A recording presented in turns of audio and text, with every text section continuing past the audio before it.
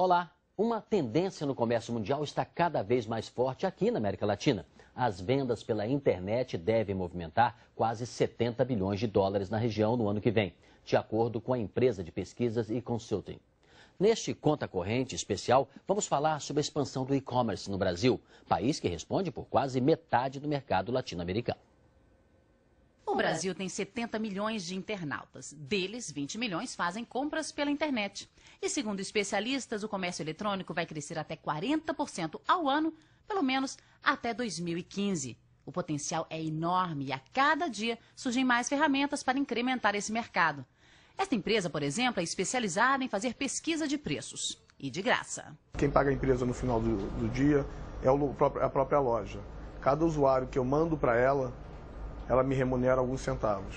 De centavo em centavo, a empresa cresce. 4 milhões de pessoas acessam o site todos os meses. O investimento de alguns milhões de reais já está quase pago. A gente vem crescendo a mais de 100% ao ano nos últimos 3 anos. Então, assim, eu não vejo por que a gente não consiga crescer mais de 100% pelos próximos 3 ou 4 anos. As vendas pela internet cresceram 40% no primeiro semestre e somaram 6 bilhões e 700 milhões de reais. E a previsão é que nesse ano o valor passe dos 14 bilhões de reais. Isso sem contar carros e sites de leilão. E para atender a esse mercado, muitos profissionais voltam para a sala de aula para aprender a tirar dinheiro real do mundo virtual. E segundo o professor, o melhor caminho não é só dominar a tecnologia, mas entender de gente. Eu acredito que o principal fator para você conseguir alavancar as suas vendas, para você conseguir divulgar os seus produtos, divulgar os seus serviços na internet e gerar conversão, gerar venda, fazer com que seus produtos vendam mais, é você conhecer bem o seu público e principalmente o comportamento desse público na internet. As vendas via internet da joalheria em que Marcelo trabalha aumentaram 75% no ano passado. A empresa tem mais de 70 anos, mas se moderniza e quer ir aonde o internauta está. A gente tem uma interação maior com o consumidor, né? A gente já abriu outros canais também de comunicação, no caso do Twitter também é usado como canal de contato. E o Facebook também, a gente divulga promoções e ações no Twitter, no Facebook. A gente também tem um canal de vídeo no YouTube. A entrada das mídias sociais é meio que uma revolução nisso, né? Na maneira de tratar o cliente online. Próximo passo para as empresas de comércio virtual, telefonia celular. Você pode estar tomando um chopp no bar com seu amigo e ele te falar que ele comprou um computador muito legal, você pode imediatamente pegar o telefone, consultar o preço daquele computador e comprar na hora, se for o caso. Então, a evolução da telefonia celular vai permitir também disponibilizar cada vez mais esse tipo de serviço para os usuários.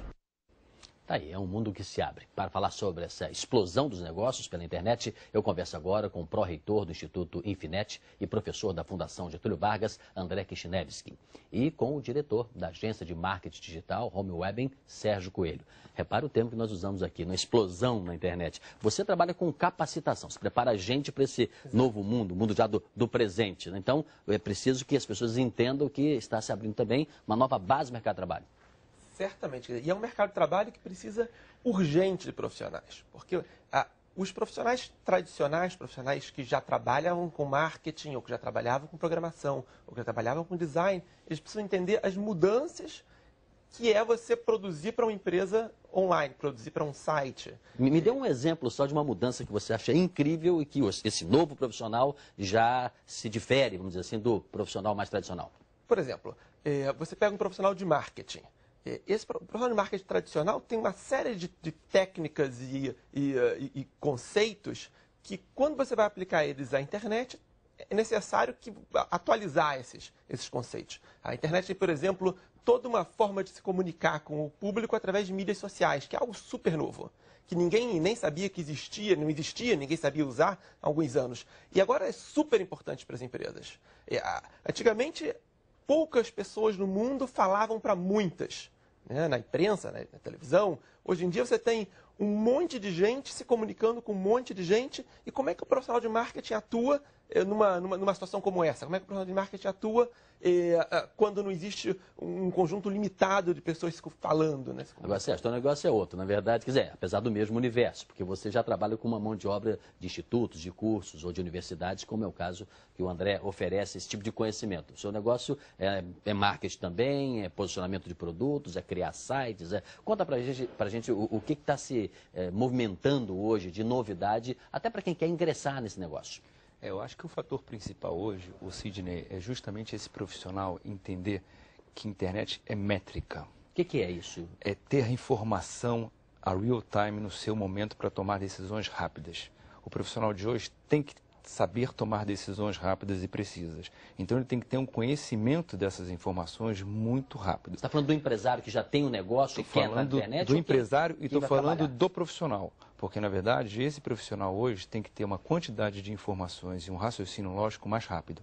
Porque ele efetivamente vai ter que tomar decisões. Então, o que a gente teve na reportagem são pessoas que utilizam já mídias sociais, ou seja, uma série de fatores para te ajudar a tomar decisões e ver resultados. Se ele não perceber essa transformação, ele vai estar um pouco desatualizado. Então, isso nós estamos vendo agora, por exemplo, Twitter, por acaso, e outras redes sociais, o que muita gente pode imaginar que é só um local de lazer, de entretenimento, de diversão, já não é mais assim, né? Quer dizer, também é uma praça de negócios virtual, não é isso, né?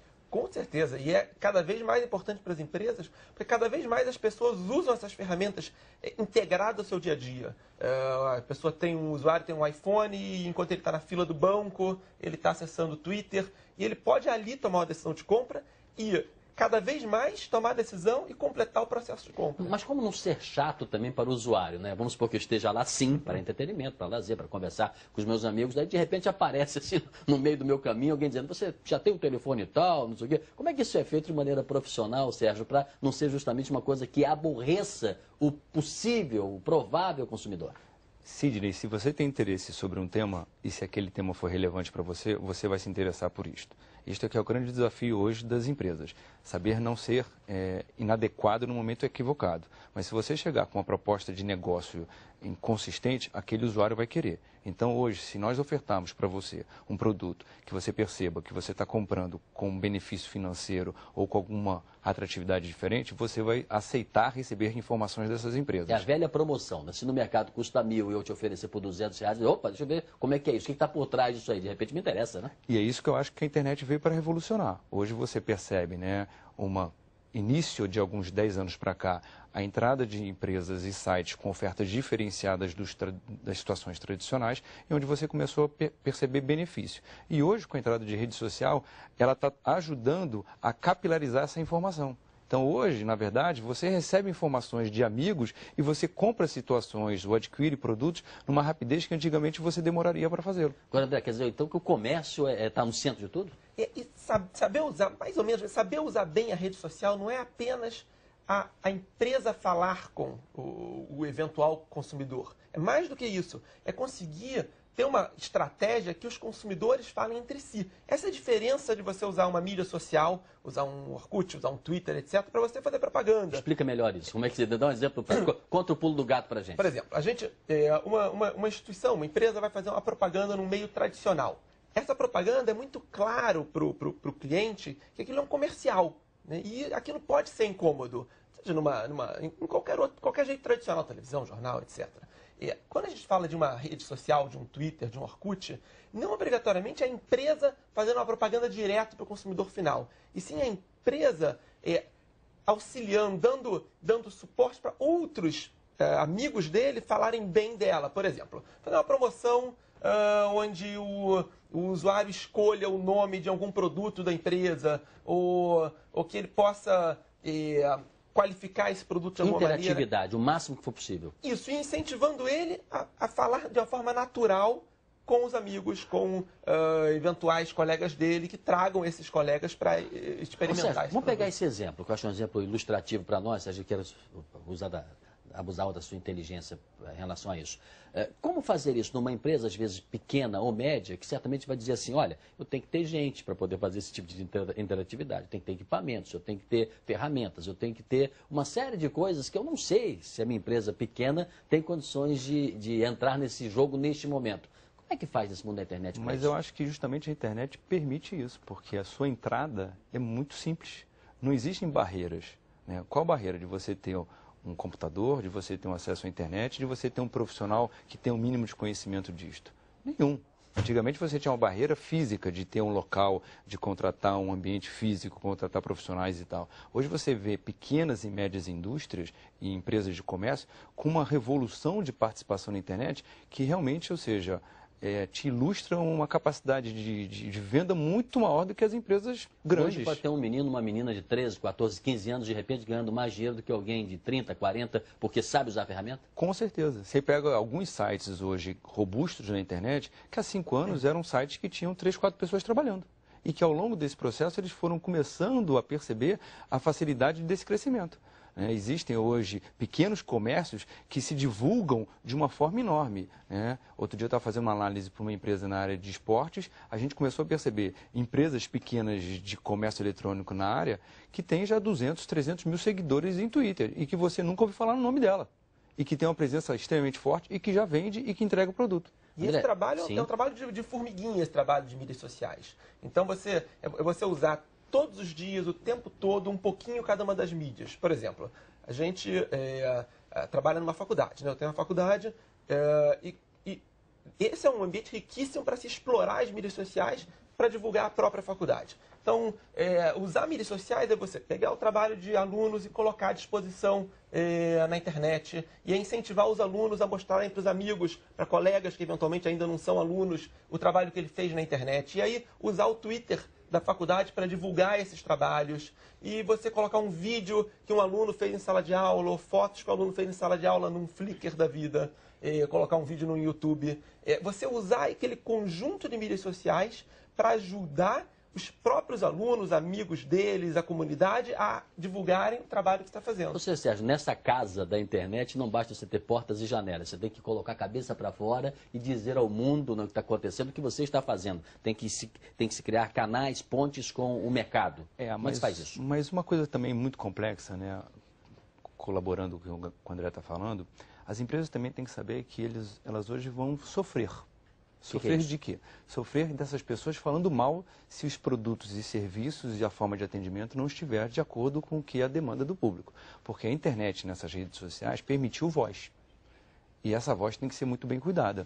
Se você não percebe na sua empresa que essa voz é ouvida, muito rapidamente uma marca pode ser alterada, pode ser prejudicada em virtude da rapidez como a internet faz isso. Mas hoje deve-se ter uma pessoa, como no passado tinha, não, alguém no call center, ou fale com o diretor, fale com o presidente, ou todo mundo da organização deve criar essa interatividade em benefício do produto e serviço. O que vocês acham? Eu acho que deve ser centralizado numa área que saiba trabalhar essa mídia específica. Senão vai bater cabeça, cada um faz uma coisa. Porque com certeza vai ter um problema de gestão nesse sentido. É o que a gente começa a perceber em várias organizações. Como nós ajudamos empresas a entender esse ambiente, um dos nossos papéis é colaborar nesse processo de planejamento. O que a gente percebe em muitas situações, Sidney, é que as empresas são rápidas, mas elas também não param e planejam o mínimo de ações e reações. Porque, na verdade, antigamente, você, antes de fazer alguma coisa, você tinha uma visão um pouco mais ampla. No âmbito de internet, a visão ficou um pouco mais curta. Ela é mais ágil, ela é mais diretiva. Mas, em algumas situações, ela não é um pouco mais focada no ambiente da sua amplitude. E nessa questão de mídias sociais, é claro que você quer, sempre que alguém escreva algo no Twitter, ou no Orkut, ou no Facebook, etc., você quer que ele tenha uma resposta imediata. Mas se você não tiver uma área definida da empresa para fazer isso, você pode correr o risco dele ter 3 respostas e talvez diferentes. Né? Então você precisa, sim, organizar uma área que responda, e essa área tem que ter algum grau de poder. Porque se ela for uma área que não consegue decidir nada, que não tem poder nenhum, ela vai dar respostas vazias. Ou ela vai levar muito tempo para conseguir as respostas de outras áreas. Então, sem conseguir ter respostas rápidas e com algum conteúdo. Agora, André e Sérgio, se alguém hoje for procurar emprego, pode usar aquela velha fórmula, que é normal, é compreensível, de mandar um currículo, né? Frequentemente vocês analisam, são executivos também, analisam currículos e tem pessoas que dizem, olha, eu domino, eu sei utilizar ferramentas, plataformas e tudo mais, e isso me parece que já é o básico, né? Quem está dentro de uma organização, empregado, essa pessoa também pode dizer, não, mas eu também utilizo dessas plataformas e dessas ferramentas e estou tocando a minha vida. Mas hoje precisa-se mais do que isso, né? Não basta só isso. O que se quer hoje no mercado? Profissionais com uma visão um pouco mais ampla apenas da utilização da ferramenta. As empresas querem saber pessoas, como o André comentou, que saibam tomar decisões. Mas para você tomar decisões, você tem que conhecer o contexto da sua organização. Então é importante que você tenha a real noção da representatividade da sua comunidade interna e da sua comunidade externa, para você tomar decisões. É uma coisa que a gente percebe hoje, várias empresas já estão utilizando chats online, ferramentas de chat que você compartilha informações como se fosse um MSN, onde você tem essa facilidade de tocar ideias. O que o cliente quer é resposta e ação. Tá? Eu, por exemplo, tenho na minha residência 2 filhas, a gente está com problema numa empresa de computador, porque a gente comprou um computador e ele não está... Eu tive que entrar em contato, eu tive que ter várias situações e eu tive dificuldade de resposta ágil para as tomadas de decisões que eu tenho. Estão gastando o tempo de vocês, então, né? Na verdade, não estão resolvendo o problema. Eu tenho um computador que não está funcionando e eu preciso de uma função que funcione, porque eu paguei um benefício de ter uma garantia extra. Até essa empresa não está ainda entendendo o que está acontecendo no mundo. Ela produz um bom produto, certamente, dessa vez não está funcionando e não sabe atender. Exatamente. E o que você acha? Eu, como empresário, nós lá no Instituto Infinet, a gente tem uma visão de que a gente quer pessoas que saibam bater metas sistematicamente, junto com o time, fazendo a coisa certa, alinhado aos nossos valores, e tem um espírito de excelência. Então, isso é a minha visão. De quanto tempo? Qual uma meta de tempo mínimo e tempo máximo? Metas tem de todos os tamanhos. A pessoa tem que conseguir bater a sua meta diária, se conseguir se organizar para ter as suas próprias metas diárias, mas é claro que a instituição como um todo não mede as metas diariamente. A gente trabalha medindo metas semestralmente ou um pouquinho menos que isso. Mas a meta semestral ela só faz sentido se a pessoa consegue dividir, quebrar ela e ter metas diárias para alcançar. Então, saber os fundamentos seria dominar as ferramentas, é quase uma coisa do âmbito primário, né? O secundário é dar um passo além. E se você quer trabalhar num nível superior, aí sim você tem que criar coisas novas, né? Inovação. Com certeza. E o André comentou essa questão de metas que é muito importante, porque a internet ela veio favorecer as informações numéricas. Então, hoje, você sabe quantas pessoas estão comprando o seu produto, qual o tempo de permanência no seu site, que produto é rejeitado, quais são as páginas mais vistas. Então, hoje, com essa quantidade de informações, essa pessoa tem que ter essa visão um pouco mais global e tomar decisões rápidas, porque, efetivamente, numa situação dessa, você pode perder cliente. André, qual a diferença, então, com tudo isso que vocês disseram, para uma empresa pequena, média ou muito grande? Tem diferença? Ou tudo isso que estão dizendo em tese vale para todos os níveis de tamanhos? Olha, as empresas usam as ferramentas em níveis diferentes. Quando a gente fala em fazer análise de um site, a gente pode estar falando de uma equipe trabalhando 24 horas por dia, focado em entender os mínimos detalhes do que se passa num site. Isso faz sentido, isso se paga se for um site extraordinariamente acessado de uma empresa grande. Mas mesmo numa empresa pequenininha, entender de onde estão vindo os clientes dela, de que região geográfica eles vêm, de que outros sites trazem mais clientes, que mudança eu tenho que fazer no meu site para que ele fique melhor posicionado no Google e com isso eu tenha mais clientes. Isso tudo vale para empresas pequenas sem nenhuma dúvida. E, inclusive, para empresas pequenas, muitas vezes pode ser a diferença entre a vida e a morte. Eu já dei aulas para alunos, já dei aula para alguns donos de pousadas, por exemplo, em que ele tem um site ajustado e bem posicionado no Google, é a diferença da pousada dele ser super lucrativa para a pousada dele acabar. Né? Hoje, tantas pessoas escolhem determinados tipos de serviços pela internet que isso virou caso de vida ou morte para algumas empresas. E você, o que pensa a respeito? Olha, as empresas grandes vão ter que pensar que nem pequenas empresas. Esse é o fato, não tem jeito, porque a internet ela necessita agilidade, tomada de decisão rápida. E as empresas pequenas elas têm esse formato que permite isto. Então, o que a gente percebe, cada vez mais núcleos de internet pequenos em organizações com possibilidade de tomada de decisão. Por exemplo, no mercado imobiliário, imobiliárias já têm núcleos de internet, onde a decisão é rápida. Porque se você não atende aquele cliente que quer se relacionar com você e dar informação de preço, forma de pagamento rápido, ele pode perder para uma outra empresa que consegue fornecer esse produto, essa informação de forma ágil. Eu tive um caso interessantíssimo numa aula que eu ministrei em Curitiba, em que eu estava começando a aula e comecei a falar sobre o impacto do comércio eletrônico para as empresas, e um aluno disse, eu trabalho numa empresa em que a internet não tem impacto, e a gente... No meu segmento, na minha área, a internet não faz diferença porque as pessoas só compram presencialmente. O comércio eletrônico faz diferença. E eu trabalho com imóveis. Um outro aluno levantou o braço meio indignado e falou assim, não, peraí, eu também trabalho com imóveis e a internet faz a maior diferença na minha área.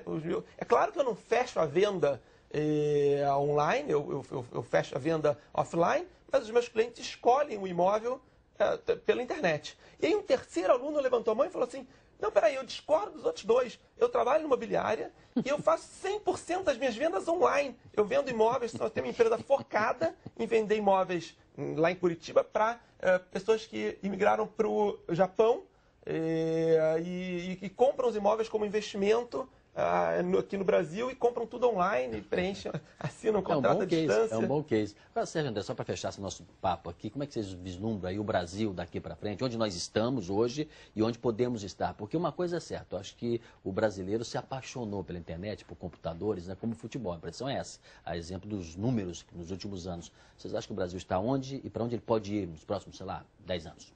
Olha, eu acho que a revolução da presença do celular no Brasil vai ajudar muito a gente. Hoje você vai perceber que a gente tem uma presença muito forte no pós-pago. Na hora que esse pós-pago tiver acesso a celulares melhores e com a possibilidade de ter acesso a redes Wi-Fi, 4G, por exemplo, 4G e com banda larga, isso vai ser uma revolução, porque você vai permitir uma entrada de uma camada social numa compra de internet muito mais rápida.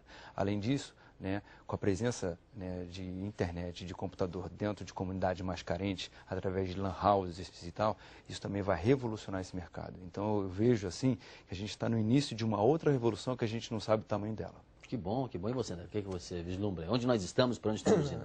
Eu acredito que o que vai fazer uma enorme diferença, não só no Brasil, como no mundo inteiro, é a realidade aumentada e tecnologias em geral. O que é realidade aumentada? Realidade aumentada é você conseguir complementar o mundo físico, o que a gente enxerga hoje no mundo, entre aspas, real, com elementos virtuais. Então, eu, por exemplo, poder olhar para esse ambiente e ver não só o que está aqui fisicamente, como também alguns objetos virtuais. Isso vai fazer uma enorme diferença no comércio eletrônico, na forma como as pessoas se relacionam com a internet. Eu gostaria, por exemplo, de olhar numa turma, numa sala de aula, e além de ver os alunos, ver ao lado deles, flutuando de alguma maneira no meu campo visual, o nome deles, onde eles trabalham. Isso ajudaria um professor. Ou eu entrar numa loja, ou então andar num shopping center e quando olhar para um produto, ver do lado o preço daquele mesmo produto em lojas concorrentes.